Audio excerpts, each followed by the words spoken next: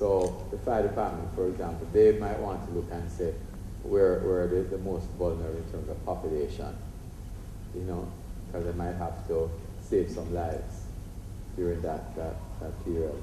So that's from the public sector point of view, but it's somewhat similar to the private sector. And I speak as I was financial controller at restaurants in Jamaica, and I can guarantee you that KC is an essential service. Because when a hurricane passes through, one of the first things people want to do is be able to go to a fast food store and get something to eat. So it really is no different. I mean, you might have differences in terms of, for example, protecting your physical infrastructure. So you have to go through and ensure that there's a correct checklist in place to ensure that all your infrastructure is protected. So you're in touch with everyone across the island to make sure that all the necessary steps are carried out. Of course, one of the things you also want to protect is any cash that's on the premises. So you look at all the same thing like MSBM, but it's just that in this case you're protecting your own assets, right? MSBM looks at a more macro level. So you say, where are my most vulnerable assets in the business? So in other words, if this thing comes, if this hurricane comes, then what is it that can cause a business disruption? Because what you're trying to achieve is that after the event, you're back in business as quickly as possible, right? You protect your cash. I know when William, one of the things that William Mafood always speaks about is one of the most important things to protect is your inventory. Because once that thing passes through, you need to know that you have enough inventory in stock so that if manufacturing is disrupted, you can actually start serving the market, right? And one of the things you look at, for example, is the days of supply that you have in stock, right? So you know that most people would like to know that they can go on for 30 days without having to produce. Of course, there's an uptime in terms of manufacturing because it takes time to catch up. But if you can go for 30 days without production loading, then you're in good stead. But it also means that you have to have a very secure area for your inventory, right? Because it makes no sense just having the inventory and then not being able to use it because it's damaged. So one of the things I discussed with a business person during Matthew when it was coming is the fact that you have to look at certain inventory items and determine which ones have a greater lead time. Because the ones with a greater lead time, you want to protect them. So in this case, it would have taken 30 days to replenish a certain raw material from overseas, for example. That one you're going to give a whole lot of security. Because without that, nothing happens. So even if your manufacturing facility is up, right, it's going to take 30 days if that item is affected. Of course, you also want to ensure that you maintain contact with the key staff, because there's certain staff, certain employees that you're going to need before the event, certain employees that you're going to have to be in touch with right throughout the event, and certain employees that you want on spot. That means understanding where they live and where their vulnerabilities are, and understanding how you can access them quickly to get them to start the business properly, which might mean that if they're in a vulnerable area, you might have to say, well, let me put them up at the Pegasus until the event occurs, right? Because you want to make sure that you can have quick access to these people after the event happens. Of course, the main thing is, again, loss of revenue after the event, because that's what keeps a business going, right? Because if you don't have revenue, then obviously employment is going to be affected and everything else. And if you're in the distribution business, for example, you need to be able to access your retail outlets, right? So if the event is occurring in Kingston, and you have customers in Montego Bay or St. Thomas, you want to ensure that you position some of your inventory in those areas, right? Or stock up those retail outlets prior to the event happening, right? Even if it is at your cost in terms of extended credit terms, because you want to make sure it continues, right? And from a national point of view, it's also very important what happens in businesses, because business revenues is what makes up GDP on a macro level. So the more businesses that are affected is the greater the effect on GDP. And of course,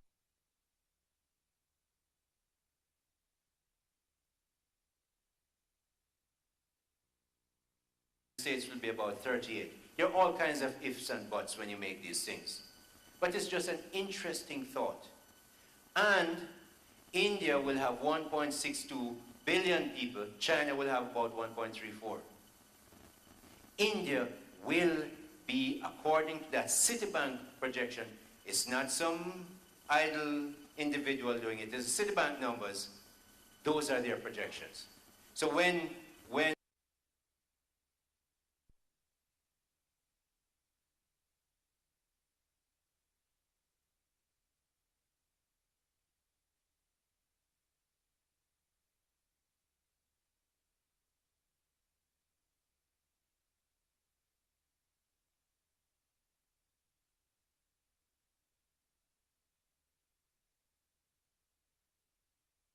to the information that you're providing them, what's the blockage? When you try to look at the role and function, fundamental function of a business, businesses really have to do three things: make a profit, reduce costs, and become compliant. And a lot of the environmental regulations and whatever ties into disaster framework is to meet some kind of regulatory requirement. But if you incentivize the process where you can reduce costs and or make a profit from efficiency gains from your own operations, you then create a different kind of rationale to look at a situation differently. So when it comes to looking at disaster management in particular, we look at how proper engineering and drainage can reduce your risk to flooding. You don't necessarily need to wait on a regulatory requirement to operate in your own best interest. And a very good example of this is the whole concept of zoning to setbacks and whatever in a coastal area. You don't need to wait for someone to set a rule to say that you can't build a certain distance or height above sea level. It's very simple. You don't insure someone who does. You don't provide financing to someone who's going to do something stupid and produce a risk on your portfolio because you have put your money into some foolish development. So a lot of the times now, businesses need to look at their own risk exposure beyond their own physical infrastructure. It's their assets and their interests that they have to look out for. So we have seen steps in the right direction. The challenge always is waiting for government or waiting for someone else to do it first. But I'm happy that we are seeing steps in the right direction. And a lot of Dennis's own colleagues at the PSOJ are the ones leading the way. And we really should note that. I mean, I guess it's the same. Is this working? It's the same question for you, Dennis, in terms of you've outlined all the costs and the businesses wanting to protect, the immediate costs. But how do we turn it around so it's an investment for them? It's a profitable thing to do rather than just a negative saving cost. You see what I mean? Rather than just we've got to do this to insure ourselves. How can we turn it to saying, actually, if we make a more resilient product or, business, that can be profitable too, right? Yeah, and I actually think that it is changing and it is actually happening. I think more businesses today are actually looking at disaster management the fact of the matter is that I think that Jamaica's competitiveness or the business environment is really not very mature yet. It's getting there though, and I think it's happening. I mean, one of the things that you can look at, for example, is look at the use of even social media. We don't use social media to the maximum how we should, but I think it is changing. As younger managers are coming up, people are coming into businesses now with new ideas. People are leaving places like MSBM, and maybe one of the reasons is that you haven't integrated it into your own teaching yet. So, there's a lot of learning that still needs to take place. And I've seen what Paris does, and I think that he has a great product, and I think that it will definitely take off, within public sector and private sector going forward. And really just to follow up on that, you're seeing it in your presentation, and you're mainstreaming, but what's your, when you're designing these courses, what's the gap that you have, you think, in terms of getting successful material to the students? Yeah, I think in terms of planning and disaster risk management, it's just we're focused too much on the individual disciplines, accounting and marketing. So we have a course for accounting, a course for marketing, but we really haven't looked at, okay, what are the implications of these type of things on these specific areas?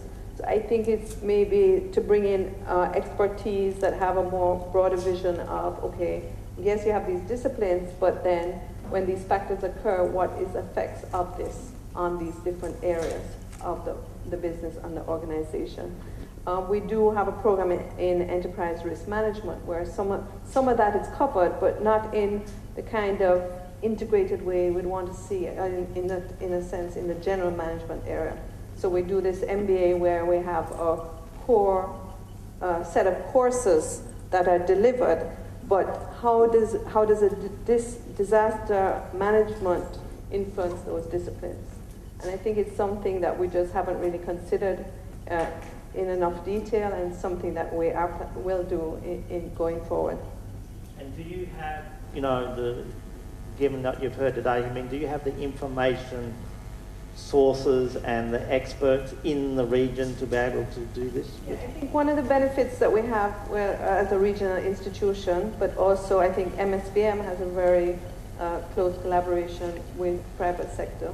So most of the functions we have, Dennis will be happy to participate in those. And so I think those partnerships will help us really build that expertise. As I said before, the university has a great deal of expertise, not necessarily in specific to management, disaster management, but we've seen, as I said, Paris, David, Dr. Carby, there's a lot of resources out there. And one of the research projects Dr. Maurice McNaughton and myself are looking at is really to build a system that really can direct you to those resources. So if you look across the region, there's a great deal of documents, expertise, all kinds of knowledge in the area of disaster risk management.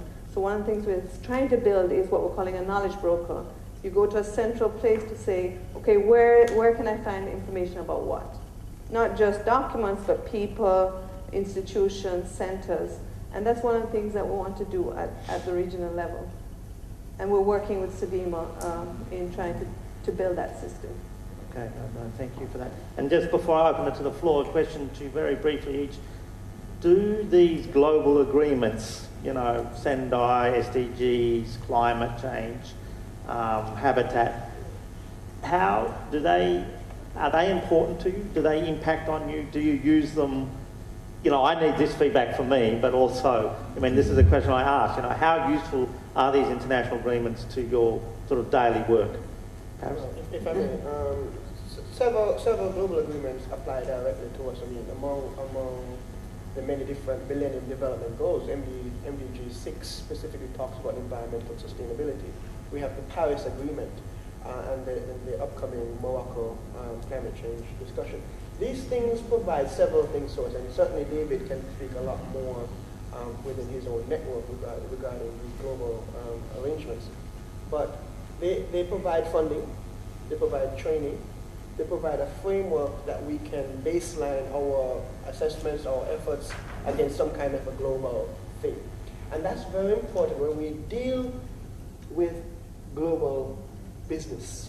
We have all general insurance operations in Jamaica are reinsured by global firms. Munich Re, Aon, Willis, all of these firms operate with the individual general insurance businesses in Jamaica. And these guys are not going to care about Jamaica by itself. Jamaica needs to fit into a framework that is the Caribbean, or the Western Caribbean, or the Western Hemisphere, or something like that. We need to benchmark our own data. You presented in your presentation, Neil, global data. When these companies come in, they need to scale in to these respective territories, these respective townships, to determine their own specific risk to that particular, depending on what they're looking at. So the global information, the global agreement provides that framework for us to operate, from data collection to downstream finance. And Leila, does it impact on your courses? Yes, definitely we want to consider that in the framing of what content should go in the specific courses. As I had pointed out before, I think not one of the challenges, but one of the things we need to address is having that information available easily to everybody. So when you're thinking about, what should we consider, we're quite aware of what documents are out there and what they're being used for, and ensuring, of course, that we align with them, because we don't want to be going off designing a set of courses that don't align with the global trends and needs, and the regional ones, of course. So that's one of the reasons why we want to really look at creating this kind of directory. How do we know what we know? You know, where can I find what these things are, and how do I access them, and then we can better align and integrate them into this design. And Dennis, has it impact on your everyday work? Yes, it does. Yeah. I mean, it always helps. It always helps. I mean, from our point of view, I always look at things more from a very practical, on the ground situation, whatever occurs at the time. Yeah. Yeah, I mean, I think it gives you a bit of guidance on where the new thinking is on this, you know, the changing from managing a disaster to the risks now, I think is a big, important kind of paradigm shift in the work that you do. It does, yeah. And that sort of comes, I think, from the global and your practical experience as well. Yeah. Okay, any questions from the floor? So, well, we've got a few, so...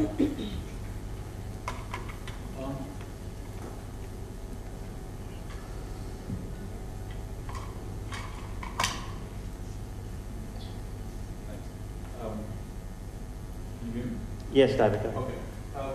Really a question, firstly to Dennis and then to the others.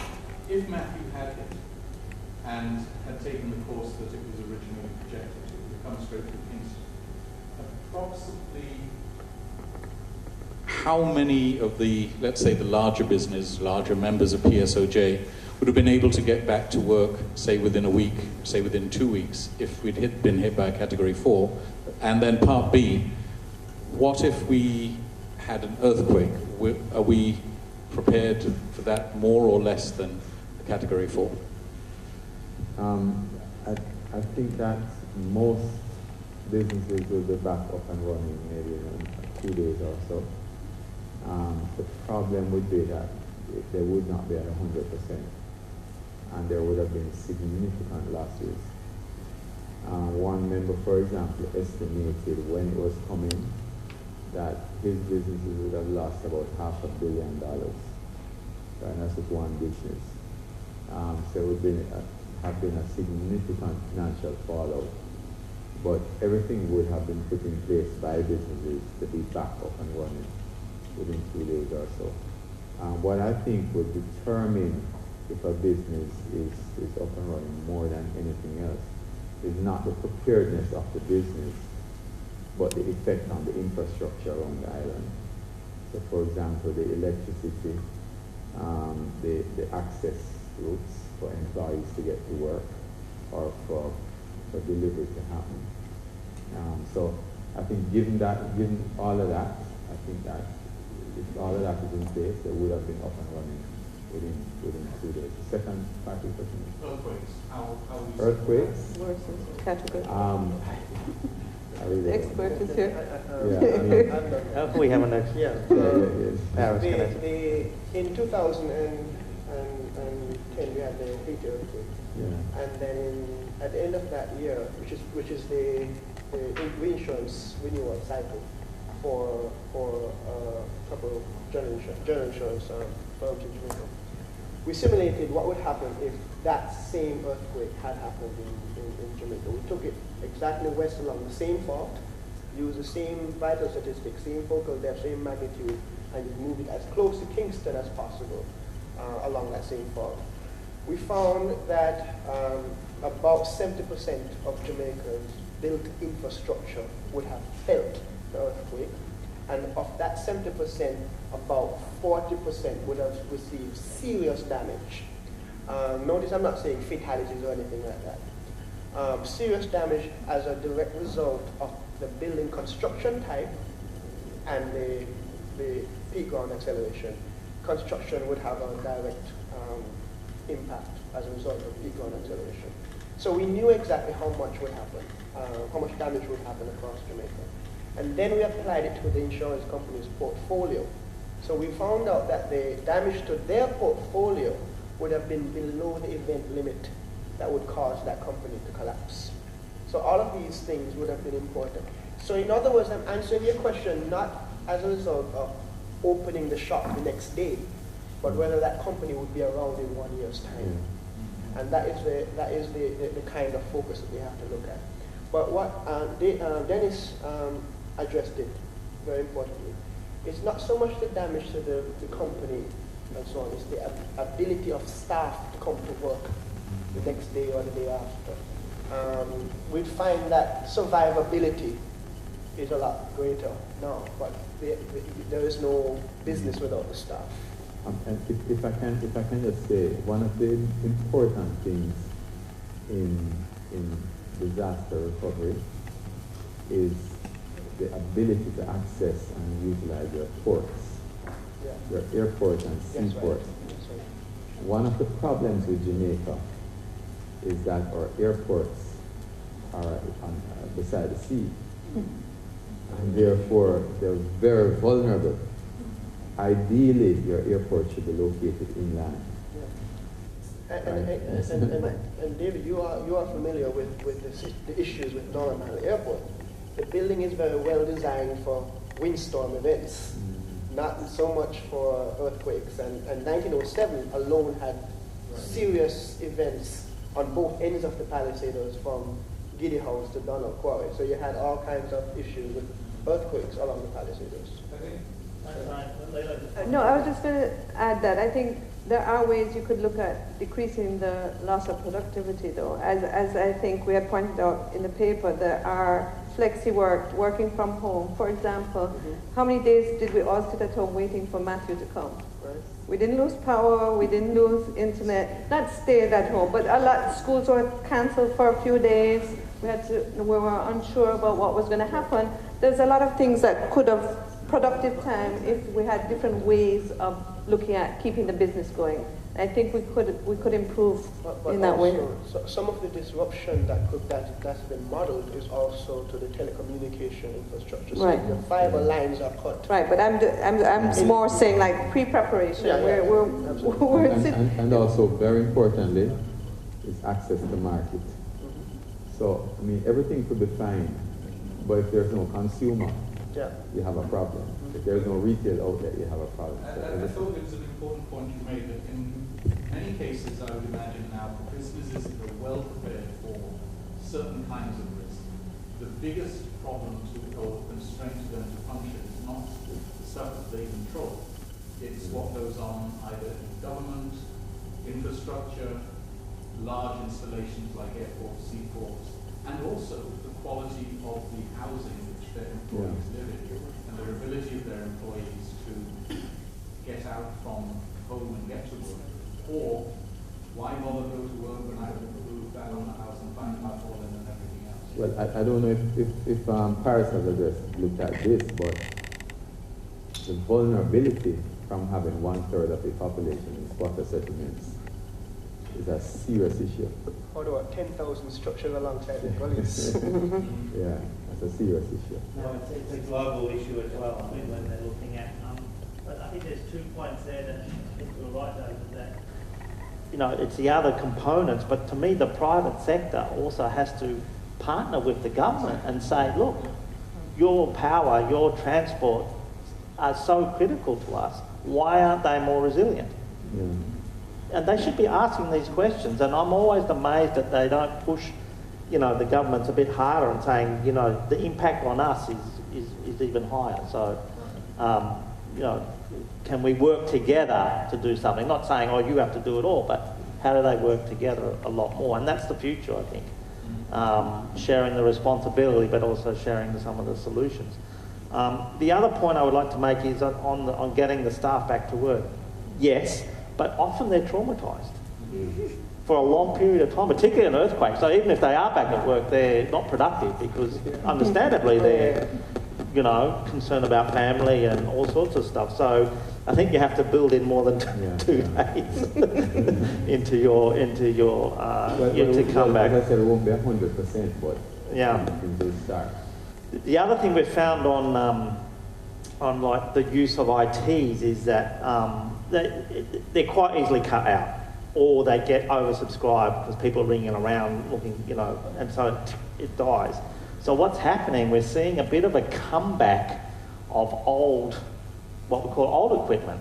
So not your mobile phones, but you know, your walkie-talkies. Yeah. You know, these are fundamentals particularly for the critical infrastructure that they need to talk to each other, and they're coming back. But is that in your case, Dennis, have you found that? Have you got a plan B if the mobile phone knocks out? Well, I haven't heard much about that. I know there are two-way radios and that sort of thing, but I don't think it's that prevalent. Most people do rely on our mobile networks, and the truth is that I think we do have a pretty good solid infrastructure. I mean, we've had events happen already, and within a day or so, everything is back up and running. It's not like 1988 when we had Hurricane Gilbert and you couldn't get a cold drink. Now it's pretty easy. I mean, within a day, I mean, certainly in the corporate area, the day after we'll have access to most things. It shouldn't be a problem. I think the major problem that we'll have is because of flooding or that sort of thing, but pretty much it should be all right. So we have some more questions from the floor. Liana, you had something? Just to follow up on what you said, because listening still not occurred to me that I wanted to direct. Hang on, it's hard to hear you. Sorry. Thank you. I wanted to follow up from your point to Dennis Neal, because that's what I was thinking about all along. So I want to pose more directly to Dennis. How does the PSOJ, how do your members engage with the government in helping to address the issues regarding infrastructure, given the importance of that infrastructure to your business profitability on a normal level? There's constant advocacy, but at the end of the day, the challenge that the government has today is fiscal space. And while we understand that there are certain things they're doing in terms of the road network and that sort of thing. The other major challenge we have though in terms of infrastructure, and I was addressing it at the Greeners Forum on Monday, is the whole matter of informal settlements. I think that's the greatest risk to our infrastructure today. Because these are unplanned communities. We don't know how many people live there. They're prone to flooding. So there are serious issues. And how do you address that problem that has been around for 50 years? that's a huge problem. One of the challenges, though, I'm not so much concerned about the infrastructure for communications internally. You know, one of the biggest risks, I think, is if an event happens and the underground cable comes to the island. Yeah. You know, because if that goes, then you know, if you have the greatest infrastructure here, if the submarine cable goes that comes to the island, then you have a problem. And That happened in 1907. Yeah. in 1907. Yeah. Well, in 1907 we didn't have internet. So, we saw that happening in the case of Taiwan. yeah. So, Paris, you had an answer? Yeah, so to also answer Iliana's question, I think one of the strongest roles of the private sector, mind you, this more Chamber of Commerce I've been reading this one, is advocacy and strong support for the National Building Code. Yeah. That is something that is going to be absolutely critical in getting resiliency up and running at a formal level. Now, mind you, when you compare the damage to Jamaica, would happen in Jamaica, and the damage in Haiti, our squatters build with block and steel. Yeah. So you do have and you do have pretty good structures being built in the absence of a national building code. But that said, the role of the private sector in pushing this thing along is going to be very critical. Yeah, well, Paris, I have a dilemma for you on the building code. Yes, I totally agree.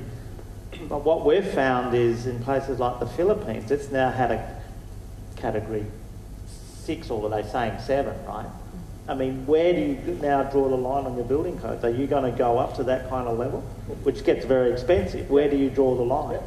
We need to at least establish a base standard, and that discussion needs to be had. There needs to be something where we can all agree to at least understand what we should, a minimum standard for what we should prepare for, what to expect for, etc. The reality is that Jamaica has direct exposures to 4 main natural hazards: floods, landslides, earthquakes, and hurricanes. And it makes no sense to over-engineer certain types of structures in areas that don't have a particular risk for certain types of hazards. At the same time, you have to balance cost, you have to balance usability, practicality, etc. One of the concepts being pushed, Audrey, at the National Housing Trust a few years ago was the concept of steel houses as for public housing. But invariably, our population only want to live in block and steel houses because steel houses are the same thing as trailer park. So we're not going to live in trailer parks. Meanwhile, a steel house is a lot cheaper and has the same kind of structural integrity to withstand a ground shaking event, but it's a trailer park. So you have these types of stigmas that are associated with No, we've found that in a lot of areas as well. You know, that there is a solution often, but because of local customs or stigmas, that it tends to not take off. But to me, then you need a lot more on the education, awareness, campaigning, saying, and behaviour will change. We saw that in Ebola in West Africa. It actually changed the behaviour. It took a while, way too long, but they changed the custom because they knew it was going to be devastating. So it is possible, but it's not easy. Any other questions from the floor? Yes. Well, mostly a comment than a question. The discussion, I think, has been a very rich one with different levels to it. There's been a global, the regional, the national, business level, and of course the business school level to this particular problem.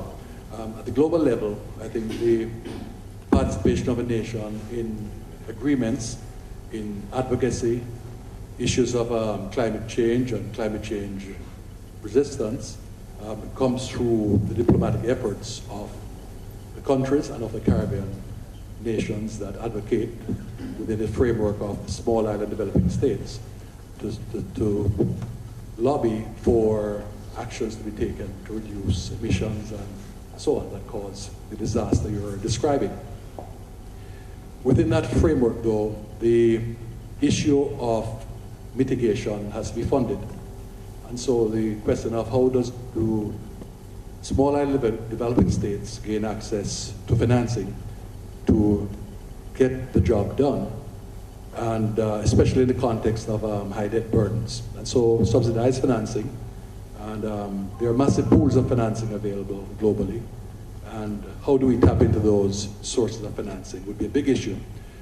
When I was in China, they had a conference similar to this one on eco-finance at Renmin University, and the presenters really were looking at some of the issues of financing climate change resistance at all levels, and issues of carbon trading, different ways of finding funding for climate change responses.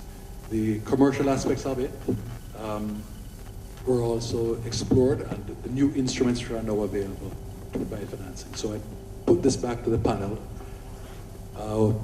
In the context of having diagnosed some of the issues, how do we put money behind it, and what are your suggestions in your various areas? I think Paris, in his area, has sought to deal mostly with the business aspects and the commercialization side of it. And I think you have described the issues at the state level and how those responses are crafted, but I invite the panel to comment along those lines. In terms of financing, I think that we should look at financing our disaster planning as an ongoing thing. So, constant investment in our infrastructure, for example, constant investment in our education process through places like Podpen. If you do that, it makes it a lot easier, because you're talking about setting aside a budget each year from the fiscal. But also, we've had many instances of multilateral and grant funding that we can use to release it. The problem is that we take advantage of the multilateral and grant funding. I mean, if you think about the problem in the grade, for example, we debated the thing so much that the funding went away. So I don't think that there's a problem with financing if you plan properly, right? And if you constantly maintain the infrastructure properly. It's just a matter of how we plan. I don't think Jamaica, to be honest with you, I really don't think Jamaica has a fiscal problem. I think that's a symptom of the real problem that we have, which is our planning and all the other things that are around. Harris, anything on financing? On the global front, my advice is yes, there is multilateral funding. Often it's not easy because sometimes they make you jump through so many hoops to get the money. But it is, and for a small island, that's very difficult because you need a lot of capacity to get the proposal up. But that's but that shouldn't be the blockage.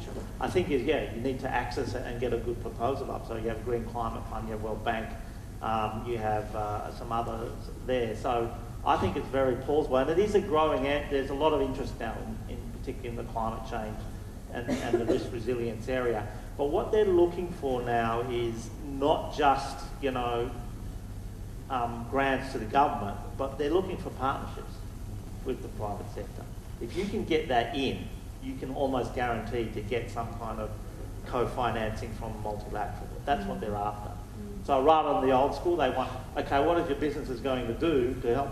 And it's not the business necessarily throwing in their own money in, but actually partnering in the solutions. That's the key to getting money in the modern world, in my opinion. Listen, I think people are getting tired, Indiana. I know we were supposed to go to 5:30, but I think we're probably a little bit exhausted after 2 days. And I suspect some of my delegates have gone. Yeah, some have had to go to the airport. So can we please thank the panelists because they did a terrific discussion, David. And Indiana, I don't know if you want any last words for today, but thank you very much for the excellent afternoon session. Thanks, Neil, for the job that you've done and for taking up, as you take the opportunity to travel here to do this. And we're terribly grateful. And I know it's a process,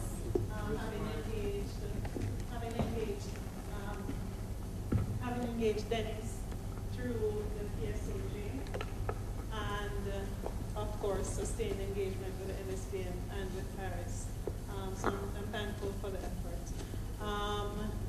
Just to invite anyone who wants to go with us, we perhaps a bad decision at this point, but we did agree that we were going to go off for dinner this evening. So I think the room is empty because some of my delegates have gone to get ready. So we know better next time. Well, thank you very much for your effort, okay? And just before we go, I mean, I should have done a little summary just to help you, but for me and just hearing what I've heard from today, I mean, I think three things stand out to me. One is that your economic losses are high. You saw that from what I gave you. And you can use that. If you show the Ministry of Finance that, I do in all the countries, they just like, oh, you know, we didn't realise. So you can use this evidence we're getting from the global. It's really important. And your modelling, I think, Paris, is you need to get it to them and then they see it. And then I think they can help. I think the stuff you're doing in the integrating on the business schools is very innovative. And you can lead on this. No one else is doing it. And small islands, you have such a existential issue here. And I want to really push you because this is your survival at stake at the long term. So take the leadership in the thinking on this because it's a huge area. There's enormous interest in the global on the small islands and the impact on you. So you need to sort of respond to that need from the international. We're pleading to you, come, show us, give us some more evidence, give us some more thinking on this. And also with Dennis, I mean, the work he's doing, I think, in doing the disaster risk management and bringing in the private sector is so fundamentally important in the long term. And my only request is, you know, think about the risks. That's what you've got to bring down, and you know that. And I wanted to congratulate you on the work that you're doing. So I think that's a fair summary, and I hope we can work more together in the future. The need is there, the ball is in your court as well as ours, but let's partner. Okay, thank you very much, everybody. See you tomorrow.